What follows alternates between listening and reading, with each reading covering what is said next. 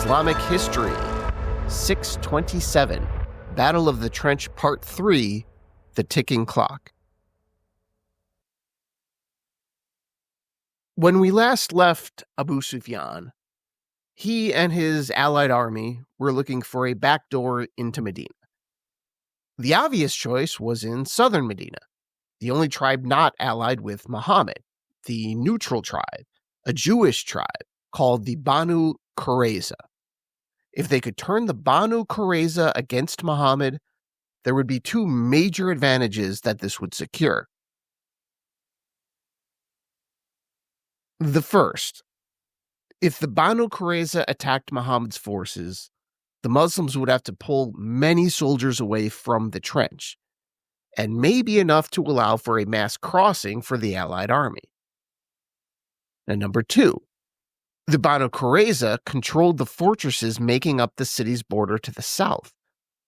So if they wanted to, the Qurayza could simply open their gates and let thousands and thousands of men into the city to fight Muhammad's army from behind, and really from all sides once they crossed the trench. Now remember, the trench itself was not like a giant moat. It wasn't an impenetrable obstacle. It only worked because of the many men who were guarding the trench. So this strategy of moving toward the Banu Qurayza, getting their cooperation, this seemed the most logical approach if they were not able to breach the trench with a full-on assault, which, as I discussed previously, for many reasons, would just never be coming. They needed an edge, the Allied army did, and the Qurayza would be the most logical place to look, and maybe the only place they could look. So, to that end, Abu Sufyan dispatched a member of the Banu Nadir. If you remember, a Jewish tribe like the Qurayza, the Banu Nadir, they had been previously expelled from Medina. Now, among these exiled Banu Nadir, trying to get their land back, was a rather famous figure, or an infamous one, depending on your point of view. His name was Huyeh, and he was known for his forceful personality, his persuasive skills, and a just inexhaustible energy that tended to wear down anyone who opposed him. Think of Huyeh as an ancient Arab version of Donald Trump. This man would be dispatched to the Banu Qurayza, a fellow Jew who could try to persuade them to take up arms against Muhammad, to join the Allied army. So he went to the gates of one of their large fortresses, and the Qurayza refused to let him in. At this point, he was seen as someone who would drag them down in the same way they thought he had drugged down, to the great misfortune of his tribe, his own group, the Banu Nadir. But after a very long time, this guy manages to worm his way into the fortress by accusing them of refusing him entry because they did not want to share any of their food with him. It was a ploy, but he got him, so they had to let him inside. And once he got inside, he worked that Huyeh magic, portraying a Muslim defeat as inevitable, promising that there were 10,000 men out there just waiting to attack. Which was actually true. But what the Qurayza did not seem to understand at the time was that these 10,000 men were not capable of very much unless the Qurayza actually turned hostile to Muhammad, and in a real, full, major way. Now, the Allies needed the Qurayza more than the Qurayza needed the Allies, but Huyeh may have convinced them that the opposite of that was true. Now, there was still plenty of skepticism of this whole Huyeh thing with the Banu Qurayza rank and file, but Huyeh did manage to persuade the Qurayza chief, a man named Ka'ab, that the demise of Islam was inevitable. Now, according to the early Muslim histories, the Qurayza tore up their pact with Muhammad right there. Actually, it said that Huyeh himself tore up their pact with Muhammad. So The Qurayza had basically, at this point, renounced, not basically, they really had, if these histories are correct, they renounced their non-aggression pact, so to speak, with the Muslims. And yet, they still didn't go all in. They didn't gather all their men and march on the Muslim positions. The Qurayza continued to occupy this rather odd, I wouldn't call it a middle ground, but some kind of decision paralysis was just plaguing them. And think of it this way. Imagine if Julius Caesar crossed the Rubicon and then decided to just sort of hang out there. He couldn't really decide what to do.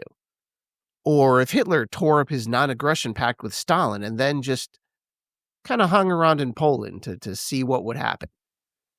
This is not the sort of thing you do unless you are all in. It makes you definitionally all in. But the Qurayza were never all in, either way. And the tragic element of this is that if they had been decisive and clear-eyed in either way, it wouldn't have even mattered which decision they made, just as long as they actually made one, either sticking with Muhammad or attacking Muhammad. If they had just made a decision, the tribe would have survived in Medina. But instead, well, you'll see.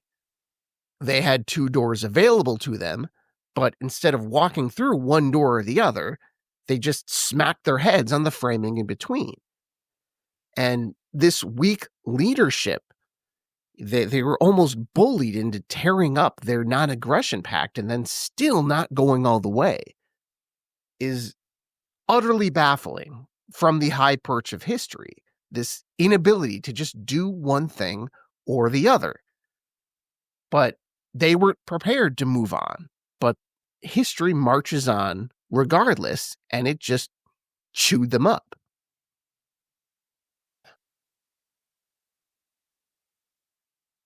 Now, how it happened at this point probably didn't really matter, because the reality, or what would be perceived as the reality, started to seep out of the Banu Qurayza area.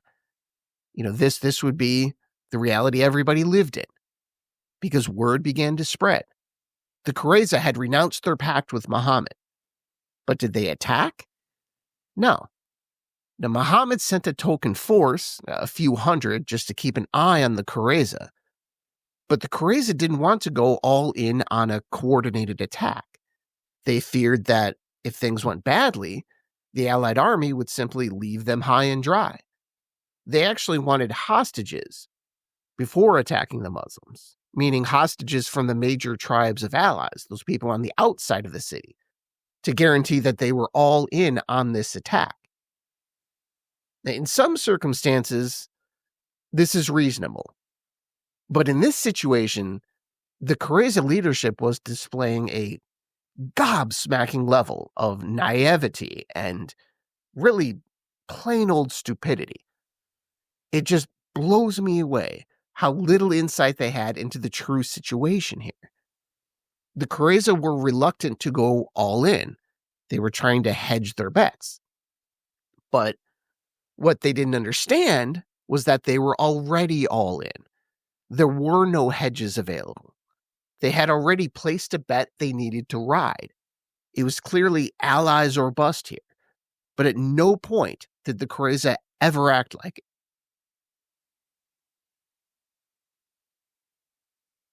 Now, to be fair, there may have been another reason for this seeming idiocy. If you believe the Muslim sources, this wasn't entirely an act of only the Qurayza. Some histories tell of a Muslim convert within the Allied camp who was actively sowing discord, trying to make this kind of thing happen. And it was him who advised the Qurayza to ask for hostages. And it was him who convinced Abu Sufyan that the Qurayza were getting ready to betray him, that the hostages would just be lambs to the slaughter. So, if true, this was the type of subterfuge and espionage that would keep both sides at bay and, result in critical delays. and make these sides unable to connect as time slowly marched the Muslims toward victory. So the siege went on. The Qurayza semi-betrayal here, it cost a few hundred men at the line for the Muslims, but not nearly enough to make a breach of the trench possible for their semi-allies on the other side. Now, the Muslims did not have infinite supplies, but they were clearly in a better position than Abu Sufyan's army. Because out there, camels were dying and soldiers were grumbling and they were losing this attrition battle. And then there was the weather. For much of this time, it was damp and cold. These are unusual desert conditions, certainly. Of course, I'd like to know how these people defined cold. That's probably a very relative thing. Obviously, it wouldn't be cold by Midwestern American standards, but I'm sure it was enough to be uncomfortable. Just day after day, uncomfortable. The weather was irritating, sucking additional morale from an army that just didn't have much to begin with. They were cold and wet and not accomplishing anything. And many began to wonder why they had come out here in the first place.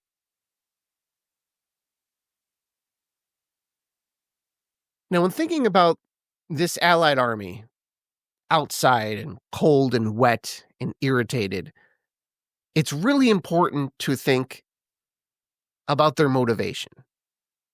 You know, these allied soldiers who came to Medina, these are very different than, say, some kind of grand tale of, ideologically driven or patriotically driven or really driven by just about anything else. Armies made up of those kinds of people. That's not what this is. The people out there who were getting cold and irritated and questioning this whole thing, the majority of them were mercenaries or people who came for a chance at plunder.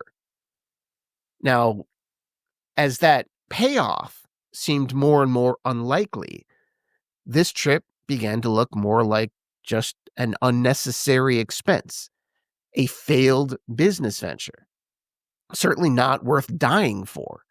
And at some point, the mission should just be discarded as a sunk cost.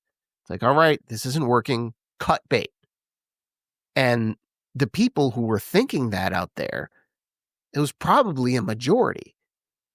Now, yes, there were some who had very intense, very real reasons to want to see Muhammad dead, to see his community destroyed and his religion wiped out. The richer Meccans, for one. And then, of course, the exiled tribe, the Banu Nadir. They had the most obvious, intense reason to desire victory at any cost. But even they had their limits. And this whole army, certainly the majority, if not the vast majority, these were not religious fanatics. They were not fueled by an undying hatred of Islam.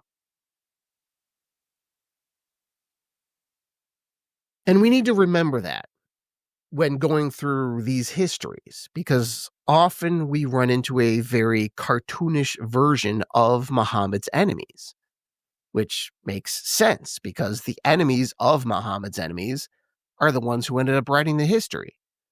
There are no pagan accounts of these battles.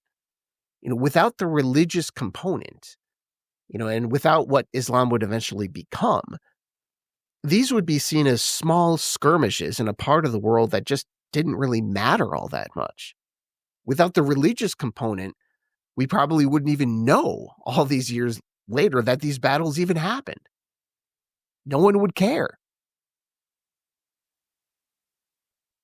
It's the religious part of all of this that makes people actually care. And because of that, it's very easy to slip into the simplistic and likely wildly inaccurate portrayal of Muhammad's enemies as these single-minded, fanatical enemies of Islam. That just wasn't the case. It may have been for isolated characters like Abu Lahab and Abu Jahl, but they were both dead by this point. The religious component was there, but the primary driver for the Quraysh were their caravans and protecting their position as top dog in a religious system that suited them very well. So the clash kind of looked religious, but that wasn't really the key issue. It was economic, it was prestige, it was the economic and military threat that Muhammad posed that drove the Quraysh to attack him. They could care less which god Muhammad was praying to. The same with the Jewish Banu Nadir. This was not a religious dispute. It was a territorial one. The other tribes there certainly were not out there out of some sort of pagan piety. Now, I know sometimes these Confederates, as they were called, they can be portrayed as Captain Ahab coming at Moby Dick, prepared to go down to hell's heart and still continue to stab at Muhammad. But again, that's a bit cartoonish, and that wasn't really the case. If it was, they would be fighting to the last man, not grumbling about the weather. Now, when all was said and done, this grand army lost fewer people than the Muslims did. 3 total dead. 3. That's the level of their commitment. And that's not a casualty number associated with fanatical hatred. No, this was an army that could be nudged out of a battle, a little bit at a time. And as the siege went on, now at the 2-week mark, everyone began to be more concerned for themselves, in the interest of their individual group within this grand alliance. Now, a little more misery would likely disband this grand alliance for good. This was kind of like a boxing match where a few more jabs would probably put the opponent on the ground, or at least get an easy win by decision. It's like, hey, all right, there's no more rounds left to fight. We'll let the judges decide, and we all know where that's going. And in this, there would certainly be the same jabs coming day in and day out. But the funny thing is, by the end, this slow match of kind of jabs was ultimately decided by one gigantic uppercut, one sudden, powerful knockout blow. And it wouldn't come from the Muslim army.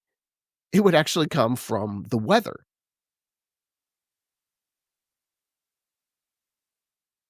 A giant, violent storm blew in, and what had been a discomfort and an annoyance turned into pure misery.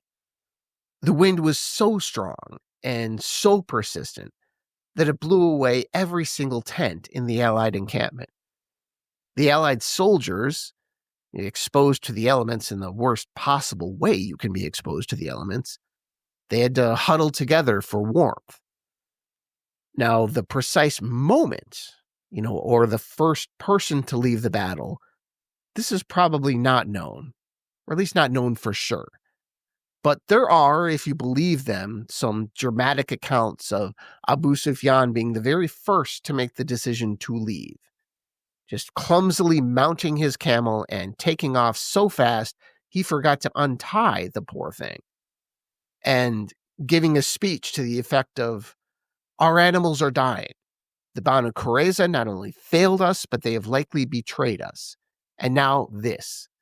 You should leave, because me, I'm out of here."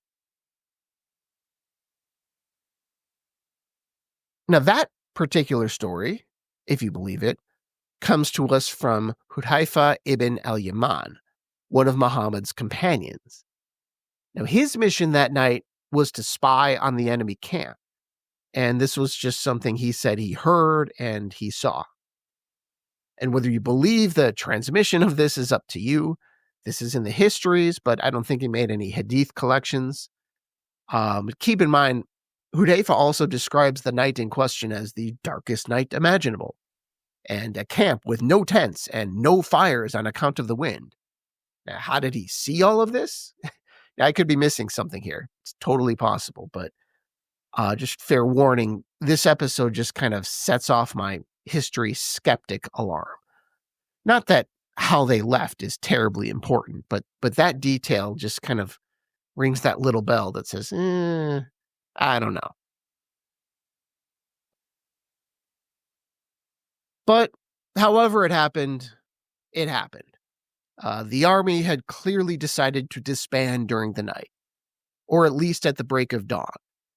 So by the time Bilal called for morning prayer, there was no one on the plain that had previously hosted the army's camp, meaning the siege was over, as was the threat of Medina's existence as a Muslim city.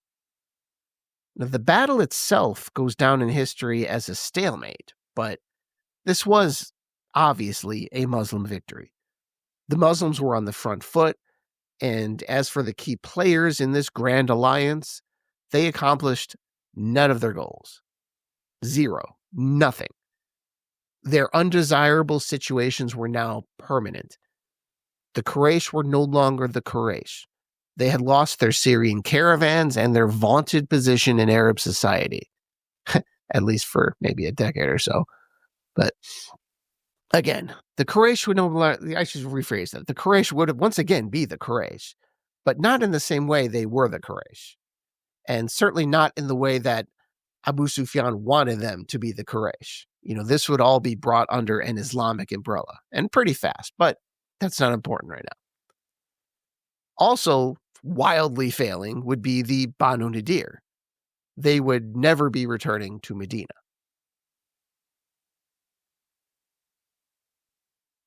And this was the beginning of the end for any non-Muslims in the western strip of the Arabian desert that they call the Hijaz. And any force other than Islam wouldn't really hold any influence here, well, ever.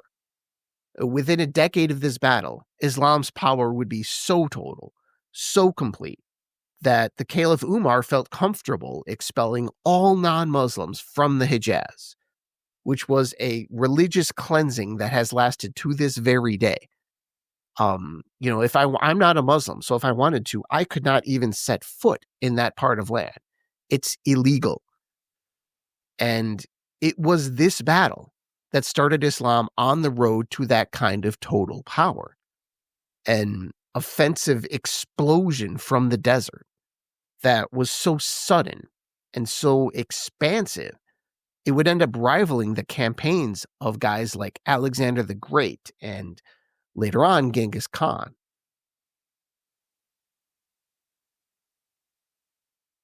Which is really amazing when you think about it. The massive consequences of this battle, the historical forces it began to put in motion. This is such a consequential military engagement that lasted about 2 weeks and somehow cost only 9 men. 9 dead soldiers. That's it. 6 Muslims, 3 allies. It boggles the mind. Sometimes blood moves the wheels of history. It certainly would in future engagements of Muslim armies, but this battle was moved more by time and subterfuge than it was by blood, which again, really, really belies its importance. So this is, I think it's fair to say, the most bloodless watershed battle in history, at least the most famous bloodless watershed battle in history. I can't think of anything that even compares. And there's another unusual feature about sort of the bloodshed or violence, if you will, in this battle as well, in that this battle, while the battle was actually happening, very few people were killed. But after the battle, that wouldn't be the case. It would be a zillion times bloodier than the actual battle, because it would be this, the siege of Medina or the Battle of the Trench, whatever you want to call it, it would be followed by some extreme violence. Whether you want to call it a massacre or executions, or in some people's opinion, just plain justice. It depends on your point of view. Because the Muslim armies are about to leave the trench and the northern front and turn their attention south toward the indecisive Jewish tribe of the Banu Qurayza. And not to spoil it a little too much, but they would be digging a very different sort of trench. And basically, people's heads would be going in those trenches. Thank you, and I'll talk to you next time. Inshallah.